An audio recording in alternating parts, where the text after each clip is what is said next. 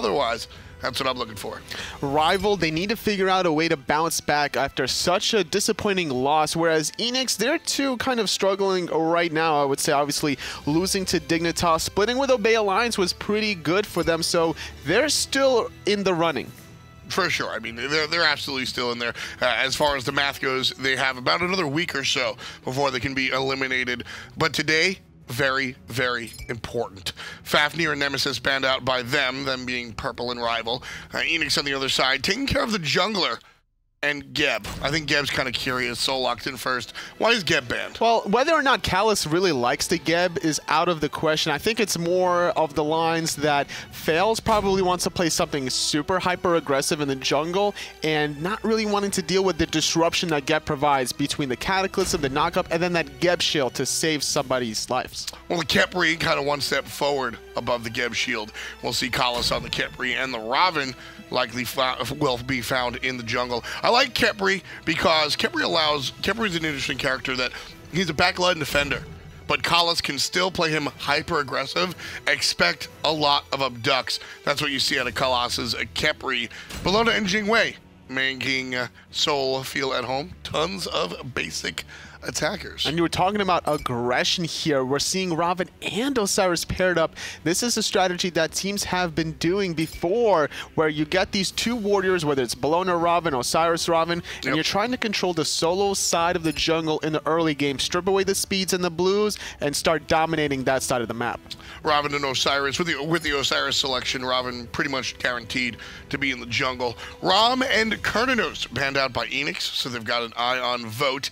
And Team Rival, Hunbats and Ganesha, they got an eye on team fight control, not a specific role. Ganesh and Hunbats both do a really good job at making sure the enemy's plans go awry. That's true. Hunbats obviously spreading the team fight outwards, whereas Ganesha kind of keeps it under control inside the Dharmic pillars, not wanting to be stuck inside that one. Naja and the Terra. Surprising to see Naja here, considering there's not that much mage burst here. Now, Soul does have that burst, but that's not until the later stages of the game. Supernova, that takes a while to get all the damage confirmed. I'm a huge Naja fan, y'all understand that, and I'm not a fan of this selection with Cherio out of mind. I think just with any other player, Naja coming into what Team Rival have drafted, Raven, Osiris, very tanky characters. Khepri kind of counteracts the the one-trick pony that is Naja.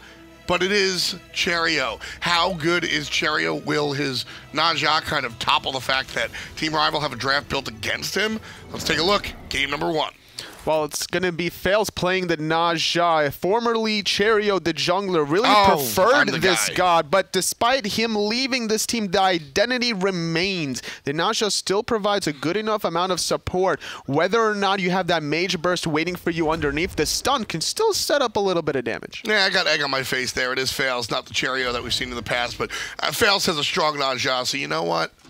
I'm going to stick to my storyline here, in that the Naja is going to have an uphill battle against this draft, but Fails is a very good Naja. Is Fails better at the character than the composition would allow him to be? Look what's going on. Deathwalker wrapping around underneath. Lobster gets rooted into place, forced to go to purification beads. Oh, not a good spot. 6 games. This is our 7th game of the afternoon. 6 games. We have watched teams counteract that strategy by creating a virtual dotted line of players. And you push up together as a unit, ensuring that nobody can come around and surprise you. The 7th game, the only game we don't see that strategy, first blood goes to Team Rival for the Okie Doke wraparound. Not a surprise. Ducky tried to do it first, but he left a little bit too early. He didn't give them that surprise factor, instead just trying to allow his mid-jungle combination to control that side of the map, which they did, but it was actually Rival that allowed that to happen because they had Deathwalker on the opposite side underneath waiting in the dark. I was actually really surprised to see the players not lined up like we have seen all afternoon. That watching that strategy seems like that's the natural way for the meta to adapt. It seems that way, right? Because there's so many level 1 plays, and whenever this kind of play happens, the early game just heavily will swing in the First Blood's favor. Already Rival with a pretty comfortable 700 gold and 1,000 experience. Not even 2 minutes into the game here in the duel lane. Big Man Ting's Funballer just now hitting level 3. Voden Callus doing a good job controlling both the red and and the purple, whereas Eanix only getting their purple. I think this is the last time that we actually see that play successfully done, Anatoly. I think that, I mean, like I said, all the other teams understand how to counteract that. Eanix, I'm sure they understand. They just didn't go about it for whatever reason. But in any event, we just didn't see that. I think they learned and they're going to be cautious next time. But this time, Lobster still in trouble. I like the decision of Fails to go on to Wolfie, bringing Ice Baby back. And both players survived to see another day. Wolfie, surprisingly enough, not stunning out Lobster despite his purification beat still being down for 40 more seconds. Could have been that second death that Rival could have used to really start snowballing in their favor. But either way, finding the poke necessary on not just Lobster, but spreading it out into Fails gives them more mid lane control. Exactly. Just a nice little shared damage. Vote knocked up. Could be in trouble here. Already down to about 20%. He'll be able to back off thanks to Kalas. We always stress in team fights how important it is to choose a target and find that kill, because one person dying versus 4 people with 20% HP is a very different story. But in the early game, spreading that damage can be very important depending on the scenario, like the one we just watched.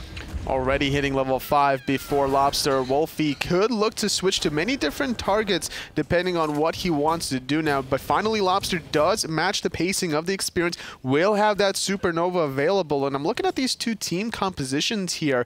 There's a lot of frontline aggression from Rival, whereas Eanix, they could also look to aggress here, but they don't have the same amount of peeling options compared to Rival. Yeah, I mean, over here, not so much. As the game goes later and later, I think we'll see more appeal by way of, obviously, Lobster getting involved. That slows appeal in and of itself. So because Fails is going to want to aggress with his sash, right? And then Big Man Tings is going to have to rely on his root and his crush to be able to peel the backline. But on the opposite side, there's a good amount of control with Kalas obviously having that root pull and just an insane amount of slows from Rival, not to mention the root from Ice Baby. Team Rival maintaining their position over the enemy jungle. Ducky, I think at this point, just understands he's not going to get a blue buff. He's pushed up all the way. Left side, a little bit different. We're going to see some basics and a little bit of a tussle over here, totally. But how does the Bologna here deal with Deathwalker in the short lane? Without blue, whether or not you have blue buff as a Bologna player, you're not relying on this buff anyway. If you get it, that's just an extra plus. The fact is, as long as you're just chilling in the solo lane, all you have to do is farm the wave under the tower, then start making the rotations. Whereas Osiris, if he wants to stay in the lane with this 1 level advantage, that's what Bologna wants here. Ooh, that's an ultimate right away. On to Kalas. Get the Guardian while he's good and early. Half HP onto the Khepri. Khepri ultimate used onto the Khepri right now. Still looking for the kill. It's popped, and he's surrounded by Eanix members, but here comes Ice Baby. Kala still the target. Excellent route, preventing Fails from finding it. Over the wall goes Funball, but it's after Big Man Tings falls down. Team Rival. Fantastic play. Support for support. Nice little use there of the ring bounce just to get that movement speed. Whether or not you hit gods or minions, that will augment your movement speed as Naja. And we were talking about why the get ban from Eanix. But then as the draft progressed, Fails locks in that Naja after the secondary ban phase. And the way Gev works is he takes less damage from crits. But same style of aggression, if you do it onto a support such as Khepri, it's very difficult to lock him down as well if he uses his Scarab Blessing on himself. Yeah, Eanix had the right idea, surround him. He was able to wiggle out on the right side, and Rival just played that fantastically. Kalas himself finds the turnaround route, which, I mean, that was Rival that's an 8-2 team fight.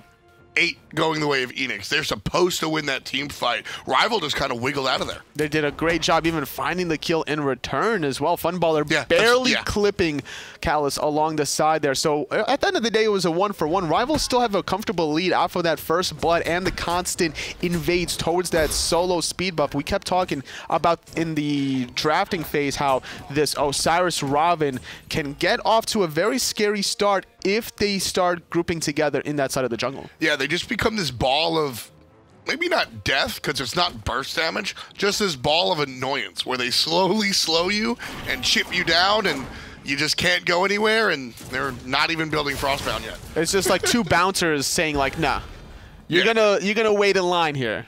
You know what reminds me of? Curling. where the guys are sort of going down like the thing that slides on the ice. Yeah, the Olympic curling. Okay. And then you just have Deathwalker and Ice like. Right now, Team Rival, the third grouping of buffs here on the right side, looking to maintain control of it. Ice Baby has to use his ult to get out of there, stuck in the hole that is the blue buff. Wolfie, where'd he go? Funball makes the rotation from the left side. The beauty that is Jingwei passive. Eanix takes control of their jungle on the right side, and at 7 minutes will look for their own buffs for the first time all game. Great rotation out of Funballer, really recognizing the aggression out of Rival. Rotating with that passive, was in the right place at the right time. 5-on-4 advantage for the squad in the order.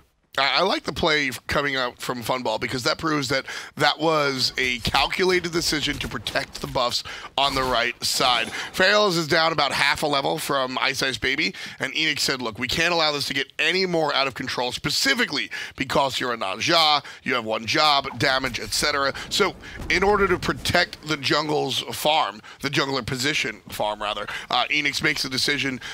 You can tell that it's premeditated because Funball has to back in order to use that passive. Gold Fury being started by Rival, already less than 25% health. The ultimate being used, and Ice Baby secures it, but it fails. Taking up counts. He's so low though when he lands. Yeah, I mean it was just a last-ditch effort. He was trying to toss the ring out, go for the Gold Fury. Unfortunately, didn't find it. I still respect the play. You know me, I ask for that every time. This one, I'm not so sure if I asked for that. Lobster just barely getting out of that one. Very early Gold Fury from Rival, really respecting the fact that a lot of ultimates was used from Eanix in that last encounter. The Petrify from Vote just for good measure. Ice Baby finding the last hit on that one. And an 8-minute Gold Fury here. Rival have a pretty good 2,500 gold lead. Yeah, I mean, they're starting this one off pretty nicely. And as we said, Eanix is sort of a standard to beat. Team Rival are the new kids on the block, and they're certainly running it. And despite the unfortunate, uncharacteristic, as you said, split with the Poppies, Team Rival have been fantastic. And them being this high up above Eanix this early on is a nice sight for Rival fans, because I think a lot of people are asking how real is this Rival team, and this set will tell you how real they are. That's true. There was a lot of teams in general where they show signs of greatness and then sometimes will falter. We always were hesitating enemy back in the beginning of Season 3, right? But then they still showed us what they were truly capable of. And same thing here goes with Rival heading into Season 4. No one really took this team seriously as they were still under the banner of Cyclone GG, but this time around, they're looking pretty solid despite their split against Poppies. You know, it's no easy task to split against Energy, and that's something that they accomplished. Yeah, I think one of the most telling signs is right now Hazer, he's coach for Obey, which some people call the best team in the world, right? I think it's very telling that Hazer not only was willing to coach this team, but enjoyed coaching this team, brought a lot to this team, and he said from, you know, when a lot of people weren't believers in Cyclone then, Rival now, he said, look, man, the squad's going to be the real deal, and everybody's going to be surprised. And Hazer's an opinion that I hold highly. And, you know, back then, I think a lot of people had some other things to say. Now, he's kind of just sitting there saying, well, I told you so. These players are serious business. Yeah, Hazer is definitely a good talent scouter, and seeing these 5 members in full effect and taking the opportunity to go with Obey Alliance for the SWC 2017, sticking it out with them, but he didn't leave his boys hanging. He still taught them quite a bit. And he left them in good hands with Alpha Jackal, but Team Rival right now, coach or not, getting the Portal Demon. Eanix trying to fight into it. There's the Terra Ultimate thanks to BMT. But Ice Baby just battling it out with Ducky here. A couple of friends along for the ride, and Eanix try to fight into Team Rival, but they just can't. The Portal Demon spawns, falls down. Team Rival maintain their 3,000 gold lead. Not only do they get the Portal Demon, but they're still doing a good job winning these small skirmishes despite some of their cooldowns not available to them. Eanix are just too grouped up to allow a lot of AoE damage out of Rival. Yeah, and just to give the coaches some love, since we're talking about old Hazer, mention Alpha Jackal. The heavy attention to objectives is Wolfie and Alpha Jackal right there for my money. When it comes down to specific timings, those are the types of things that Alpha Jackal really likes to do. He prides himself on having a lot of having a lot of specific notes and specific game plans, and I think that's where the objective control comes from. So Team Rival absolutely have been one of these teams that embraced the coach role, and now with 2 different coaches proving that, yes, coaches are important, and we see why.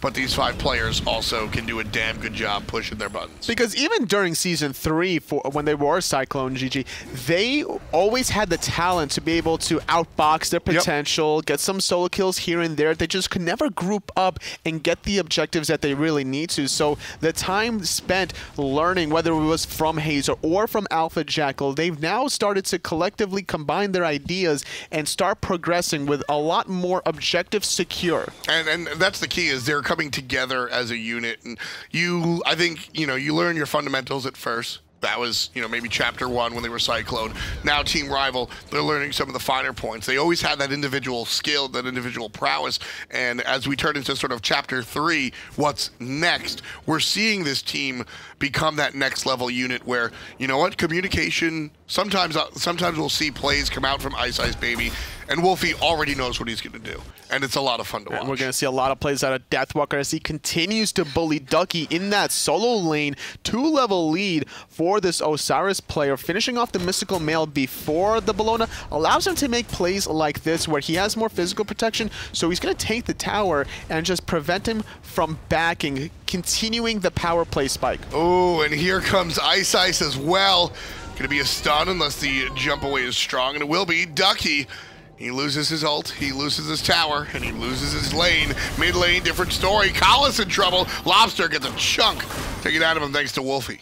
I'm surprised that Eanix didn't actually go for the Gulf here with 2 people on the right-hand side. There was only 3 members from a Rival being able to stop that out, but in the mid lane, finding the root is the Terra. Still looking to be aggressive as Deathwalker, missing out on Lord of the Afterlife, but the stun gonna miss out as well. And Wolfie coming all the way around from the front side, turning into the Terra to tank the tower and dash forward. I was confused at first. I've never seen a Morrigan go into a support such as Terra before, but it makes a little bit of more sense because that ultimate, Terra's Blessing, so fruitful. Yeah, that really works out. The ultimate from Terra allows the team to escape. It allows them to be tanky enough and have the ability to dash through the tower, find the root. The team finds the Gold Fury. Totally, coming into this one, I saw Wolfie on the Morrigan, and I said, I'm very curious.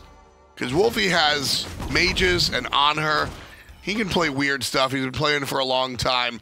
I love that. I'm really a big fan of strong Morgan play, one of the harder gods to play, and Wolfie bringing it to us. 5,000 gold in the lead. His Team Rival very early on after that play. It's all about the awareness here. Big Man Ting's not fully aware here. Get between a rock and a hard place, but he dashes through one rock, finding the second Nash as a result, allowing him to escape for the moment, but Gold Fury did go the way of Rival, getting a nice substantial gold and experience lead here, continuing the momentum that they built off of with that early first blood and solo side jungle control.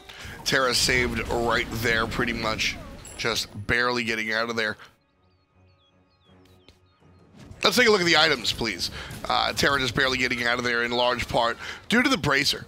We watched earlier and we highlighted how the Bracer works well against burst compositions. Well, Team Rival not exactly bursty, but Big Man Ting's absolutely got chunked.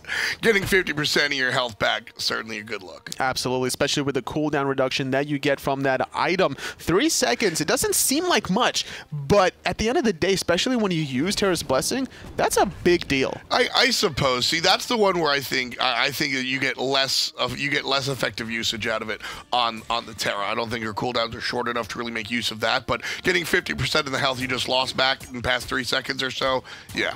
I'll take that one to the bank. Although I'll say the same thing that I said on the Obey set. I would like to see that.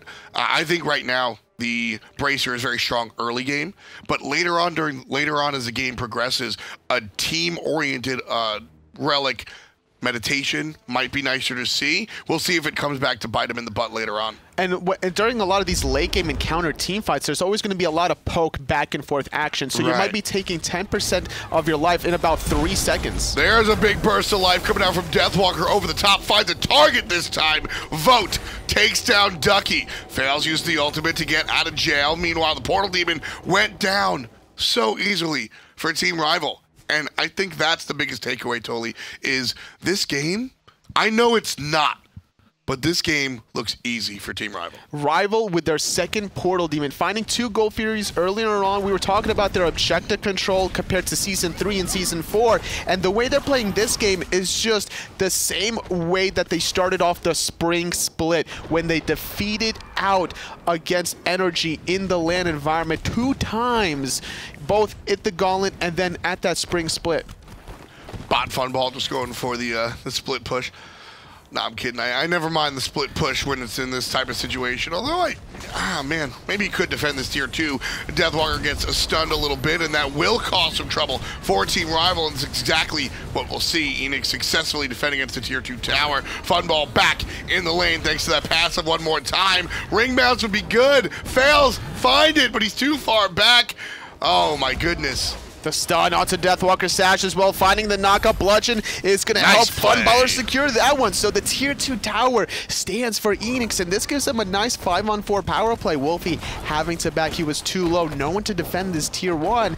And as a result here, Eanix, surprisingly enough, not wanting to press the issue too far forward, despite Deathwalker still dead for 30 seconds. I'd like to see them push onto the left tier 1 tower. I think pushing the tier 2 tower would be a little bit greedy. So they were still down about 6,000 at the time, and even now that it's only 4,000, they haven't spent that gold yet, right? That's so true. They're still technically 6K behind. Go for the safe call here. The tier 1 tower, the wave was pushed up by almost by the tower.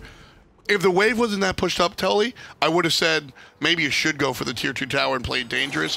But when somebody comes up to you and hands you the tower, gotta take it. Every time I just see a team composition that has one traditional physical hunter and then whether it's Soul or Kronos in the mid wave, I just realize that these towers are not really an obstacle for that team at all. So as Lobster is going to get some levels here, trying to finish off that what looks to be a Spear of Desolation, these towers are not going to stand in their way. That's a big point. That's a big point. Let me ask you your feelings. With the 4 players that were up for Team Rival, what's the % chance that they get the tier 2 tower there? About 60 to 75% chance. Yeah, exactly. It was 100% chance on the left side, I think, which is why Eanix, when you're down, you generally want to go for the safer option, depending on how big the option is. The tier 2 tower, an extra 500 gold, I'll take the 100%. That's why I like to gamble, Tom. You know me. Gold Fury being started 3rd time in a row for Rival. Nice little blink from Fails. Finding the stun girdle means go, and 3rd Gold Fury for Rival. And there goes up Fails. He'll come right on down. Who's waiting at the bottom? Lobster taking down Wolfie. Great synergy between the mid lane and the jungler. Ice Baby gets saved by Collis. Wonderful long-range play out of the support. Eanix lose another objective. They technically win the team fight, taking down the mid laner. It's a 1-for-none going the way of Eanix, and they're going to look for the Fire Giant. Oh, this is big, Toli. The reason why Eanix actually won this fight, look at their buffs. They have 2 red buffs and 2 purple buffs. No one on Rival had anything in their advantage because Eanix won that last encounter by defending their tier 2 tower. They push the tier 1 mid, steal away the buffs out of Rival while they get the tier 1 on the left, and all of this circle comes in full circle by killing that one member around the Gold Fury. And that's the full circle turning point of the game there, Anatoly. That's what it looks like. This very well could be the turning point here. Eanix get a Fire Giant at the 20-minute mark, despite them being 5,000 gold behind. All they have to do is get these 3 towers here, and they're even. Yeah, this Fire Giant, I was not really kidding with that. I had some fun with it, but that is, if Eanix wind up with a W, that's the turning point of the game, 100%. Team Rival lose their mid laner, and they were unable to just react to the right-hand side.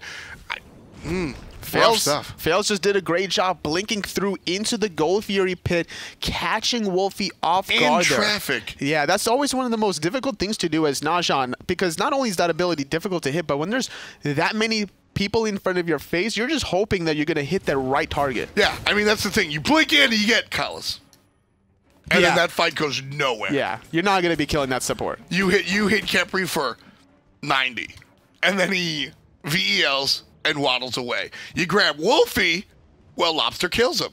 And that's a team fight changing ultimate right there, and Fails just absolutely doing it. What an acquisition.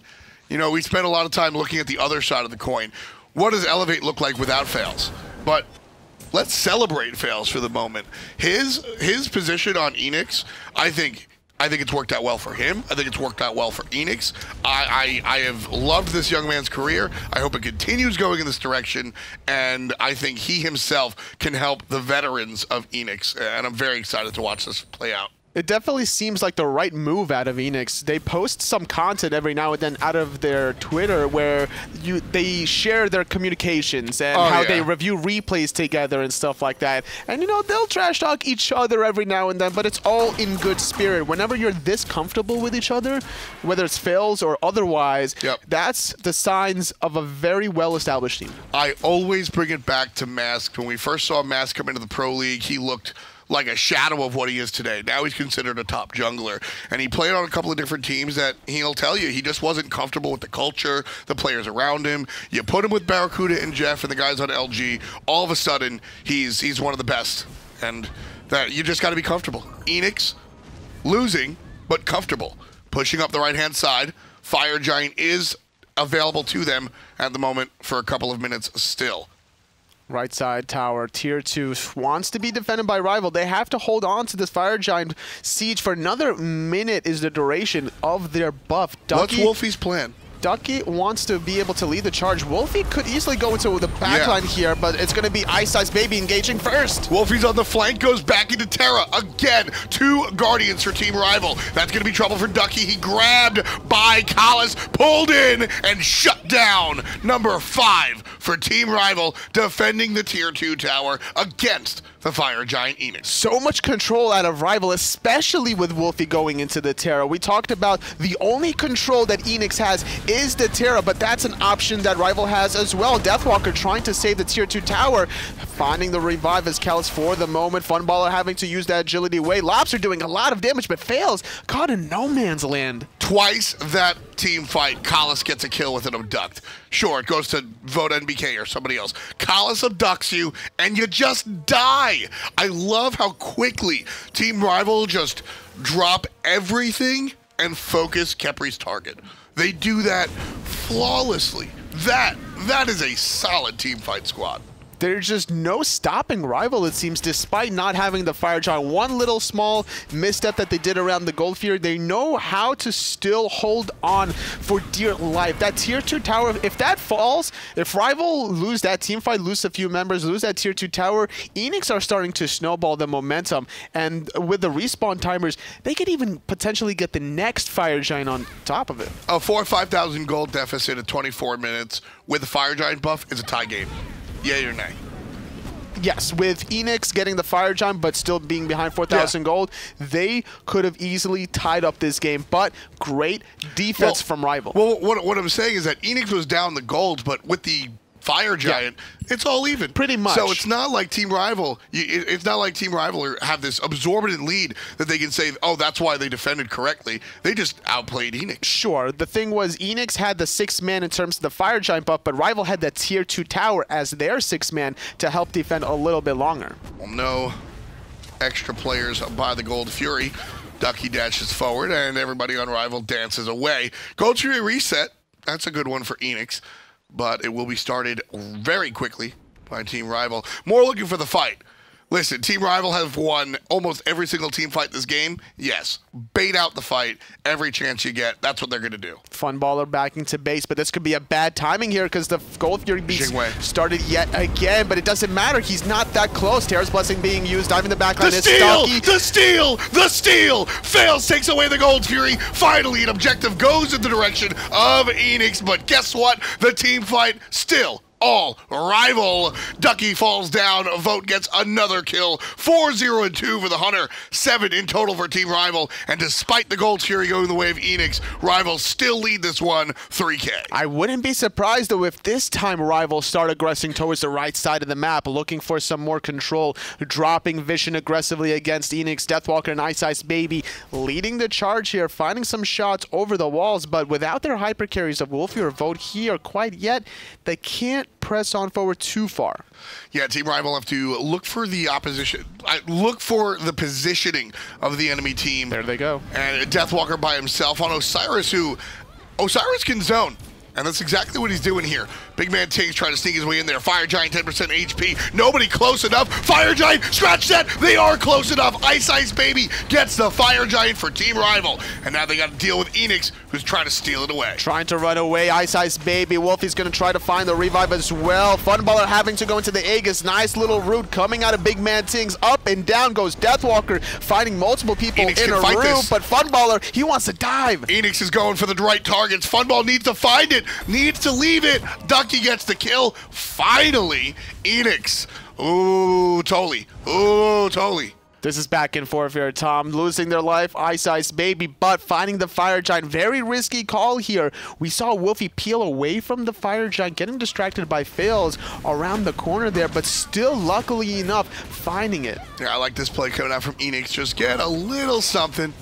Dash forward on a Deathwalker. Fails takes a chunk. Vote's around the corner. Fails is in trouble. Vote doesn't have the ultimate available. Oh, man, he just popped it. I thought Deathwalker was definitely going to chase that until the end of the world here. Fails was at 20 to 50% of his health. We're gaining a lot off of that buff here. Did Vote miss the ult? I'm not entirely sure here. I wasn't quite in vision of that. Oh, man. He used it right then and there. I know chat's like spamming. Oh my goodness, cats just can't pay attention. I'll give you a little bit. There's a lot of things to pay attention to. I'll give you a little bit of insight into what was going on. I'm taking a look at the Portal Demon. It's very low. I see the sash in on a Deathwalker, and then the Medusa's coming around the corner, and I look to see if he has the ult up, and I see it's grayed out. He used it right then and there, but I didn't see the impact on Eanix. Rival. Everybody turns around, gets out of there. Nice play. Or a nice play by Eanix to avoid the damage out of Vote's Medusa ultimate, but yeah, I got a little confused there. Sorry, folks. Rival with a 3,000 goal lead, 4 members of Fire Giant for another 2 minutes. That's plenty of time to get these 3 tier 2 towers, which could extend this 3,000 goal lead to 7,500. This is so tight here, Tolly. Team Rival with the Fire Giant, Ice Baby, the only one without it. I don't really care. He's Robin. Yeah, he doesn't need the Fire Giant buff necessarily compared to the other 4. Tier 2 in mid was standing on its last legs, getting caught right underneath of them. But Rival transitioning it towards the left side. That Tier 2 tower, very healthy, but the wave, look at the positioning of this wave. It's closer to the Tier 1 where it used to stand for Eanix, making this push accelerated here, considering the buff is only going to last for another minute and 20 seconds. Team Rival just playing this absolutely correctly. I think, you know, you're tied here with the Fire Giant. You're put up a little bit. This late in the game, the gold is almost irrelevant. Team Rival playing this one very carefully. You know me. I usually like to throw caution to the wind. I don't mind them being careful this time. Deathwalker and Ice anything but go right to the back line, having to deal with everybody else's Ducky up front. Nobody looking at the tower just yet. There's the abduct and trouble for Ducky. He goes down to the hand of Collis. Just too much damage onto Ducky. Fails though. Needs to try to run away. Nice little stunt to buy him some time, but it's Deathwalker that's gonna get revived by Callus at the last second. Oh my goodness. Every time I want to give Eanix a round of applause, Team Rival do something just to outplay him. That was a fantastic play by Fails. Finding the sash, finding the stun, using the sash immunity frames, etc. But Rival just respond in turn by reviving just Callus. Heads up plays for days coming out from Callus. That's trust in your teammates, because that was literally the last, I don't know, 0.25 seconds that you had to revive your solo laner there. Clean pick onto Ducky, and then even cleaner revive onto their own solo laner, Deathwalker. Those are the plays that I was mentioning before, where after a long time of playing together, you just mentally get each other's synergies. Deathwalker probably called, hey, I need help. Deathwalker absolutely said, I need help. But he trusted in the Kepri to give him the revive when he absolutely needed it. And Collis trusted in his team to trust in his own play. That type of trust and camaraderie, that's what you get from not making a change after a year. I love this Team Rival. And every single time Rival is winning these team fights, Deathwalker is getting stronger and stronger. This Heart of the Urchin here already sitting at 5 out of 10 stacks here. So he's sitting very comfortably with 50 physical and 50 magical protections currently. And then, of course, the Midgardian mail, an item that we rarely see. But when it is there, it's very important. Lobster and Funball, the obvious choices. Ducky on the Bologna, you and I affectionately call Bologna half. right? Half ability, half in hand. And as the game gets later and later, Fails is an ability-based assassin, but as the game gets later, you will find the Naja hitting those basics, swinging very hard, and the mid-guardian's going to stop all of those players in their tracks. We were talking about the attack speed potential from Eanix between this Jingwei Soul combination, but you also have to consider the anti-attack speed potential here out of Deathwalker with that more Guardian Mail. It's going to work out in a lot of these team fights, not to mention here the Ankh pickup from Deathwalker is going to help out as well. So why don't we see obviously there's an attention to the attack speed. What happened to Winged Blade? Wingblade or Witchblade, excuse me. I'm sorry. Yeah, Witchblade does give you that anti-attack speed aura, but you have to be really, really close. It doesn't give you the sort of protections you need. It gives you a little bit of health, but protections goes a long way with the health that Guardian Mail already provides you. All right, so a little bit more tanky with the other options. Big Man Tings is going to get grabbed, and there's trouble for Collis on the backside. Eanix finally finds a target and goes for it, but Ducky, he's a target himself. Wolfie gets the credit for that kill. Collis has to be careful on the back line, but finds the target anyway. Ladies and gentlemen, if you've taken anything away from my commentary, it's that these are targeted, precise attacks that Team Rival are executing here. Big Man Tings and Ducky fall down. That gives the Portal Demon to Team Rival and likely the big guy themselves. 5-on-3 for Rival for 30 seconds. Without the frontliners of Terra or Bologna for Eanix, this is going to be extremely difficult. So not even wanting to try to contest this. Their only potential to steal is a Stellar Burst coming out of Lobster. And if you're in range to use a Stellar Burst, you're in range of Rival to peel off the Fire Giant and just slaughter you. Yeah, we saw earlier on Fails giving it a shot on the Naja.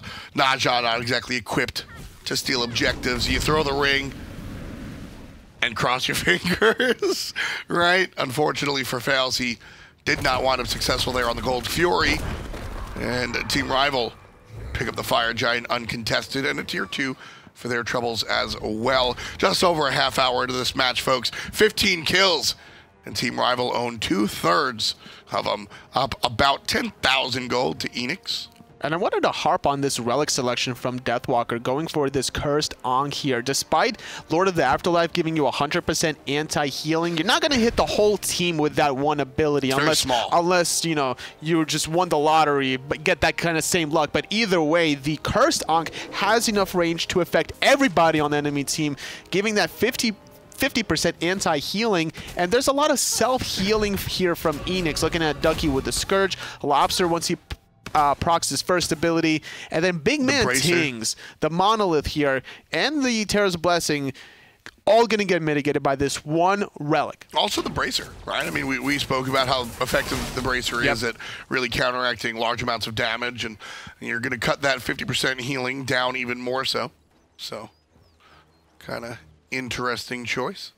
Second Fire Giant for Arrival this time around. Another 2.5 minutes as they're starting to siege down this left side duo lane. No more towers remain for Rival. For Eanix, rather, as they're going to continue to put pressure, and it's going to be very difficult for Eanix to try to hold this one. Watch when Collis pops to Frenzy. I love how this works out. Collis finds the target, abducts, and then when he's sure that his team can kill them, he just goes for it. If not, he'll use it later on. But keep an eye for that specific target. Eanix hitting aggressed on. There's the Frenzy. That means it's all about the team fight going forward. Half HP on the Phoenix so far. Big Man Ting's doing his best and actually a decent job at tanking it out. Ducky on the backside as well. Eanix just barely let the Phoenix go down, but that was a good defensive start. It was a great engage as well from Rival. They popped that girdle. They also used the ultimate from Wolfie to go on to Terra yet again. This has been a consistent strategy out of Wolfie and Rival, and it's been working out for them because they have the control and they have the sustain, the cooldowns on top of this, allowing them to just siege that Phoenix effortlessly. They don't get a kill necessarily, but they don't lose any members, allowing them to continue the siege. That went a lot better for Eanix than it has in the past because they didn't allow themselves to get abducted by Team Rival's support. They stayed away from it, which is why we saw the frenzy activation in the team fight. And now Ducky, oh, he could be in trouble. The Thorns makes everybody walk away. And Eanix don't have the same tools as they had on the first Phoenix, so that one goes easily to Rival. Rival that, yet again, not finding a kill, but they're winning the team fight in the health department. 2 members so low from Eanix that they have to retreat. Fire Giant only for 45 more seconds on Rival, so they're gonna count their blessings here as they found 2 Phoenixes, and they're gonna reset for now. They have a very commanding 13,000 gold lead, about to finish off all 6 slots. And that's gonna just make them so tough to tussle with. The guys on Eanix, you can see a couple of empty slots still available. Lobster needs to finish an item. Deathwalker Ducky needs about 2 as well, still having his early game starter item, bridge item on the Mark of the Vanguard. But in any event, Team Rival poised to make their final push here, Toli. It's going to be a very dominant push as well because of this lead that they got for themselves this whole entire game. Getting 4 Gold Furies, numerous amount of Portal Demons, their second Fire Giant as well. Only having that one little slip up there around that 23-minute mark when they just tried to siege that Tier 2 tower for a little too long. Right, and this is a team that adjusts on the fly. They understand, all right, that went awry because of XYZ, let's go ahead and change it. And I think that's a big credit to having somebody like Collis around who does occupy that player coach mentality that we see most notably out of players like Polar Bear Mike, but I think somebody alluded to it earlier with Zeros as well for his team. These guys that sort of have a zoomed out perspective.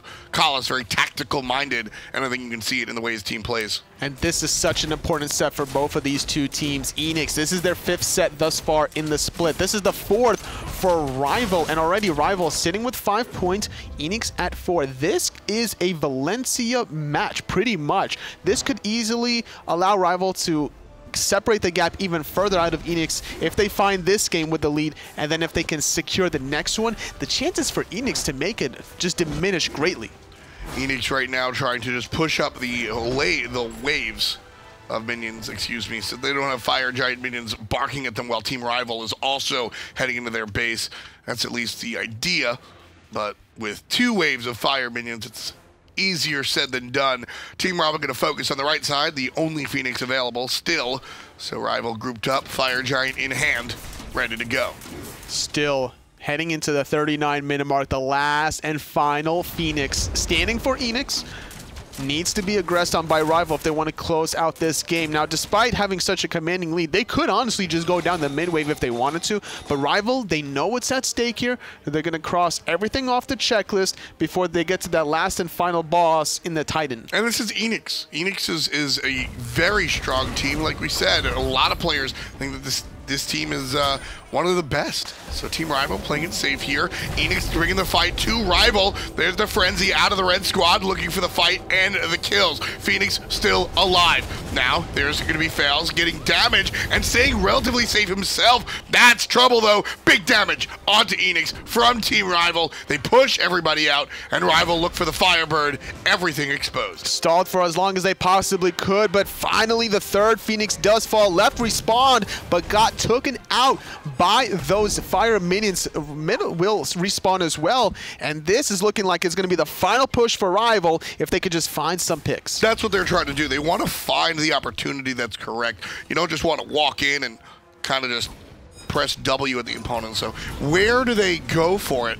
They take the Phoenix down for the 2nd time here in the mid lane, and Eanix is going to bring the fight to Team Rival. They're just baiting them out of position here. They want to take the fight outside the Titan room. Great smart tactic out of Rival. Still having the Fire Giant buff for another 2 minutes. Ducky taking a lot of poke, and there's no commitment here from Rival. They're just trying to find any picks that Eanix will hand out to them. Yeah, just going for it nice and easy, and Eanix not allowing Rival to really get away with anything for free. They understand that fighting in their throne room, or this area right here, the Phoenix area, is probably the best spot to really fight in SMITE. Rival trying to bring the players out of that area. Eanix not willing to go past the gates. As long as the Titan isn't taking damage, Eanix is still in the game, and that's the whole goal in their mindset, to try to take the fight outside that Titan room. Exactly. Despite not being close enough to the fountain to bounce in and out for that healing, it's still not a bad idea because your Titan, will melt here. 5 members with Fire Giant here out of Rival. They could just hard commit to that if they really wanted to. That's the plan. Team Rival are just going to go all for it. They're waiting. I think that might be waiting for some relics here. Girdle in about 5 seconds for Callus. Yeah, when that Girdle comes up, Tully, Rival are just going to hard commit to either mid or right lane. Wolfie might just go invisible. Girdle is up. Frenzy's up. Aegis isn't up, though, for a vote for another 10 seconds. That could be the factor. Yeah, I think that might be it. Team They Rival, want everything aligned here. They want the stars to be perfectly aligned as they head down this Titan room. 2, 1. The call is for engage. Rival goes in. Frenzy is popped. Order Titan already down to half HP. We'll see you later. Team Rival get the win. 41.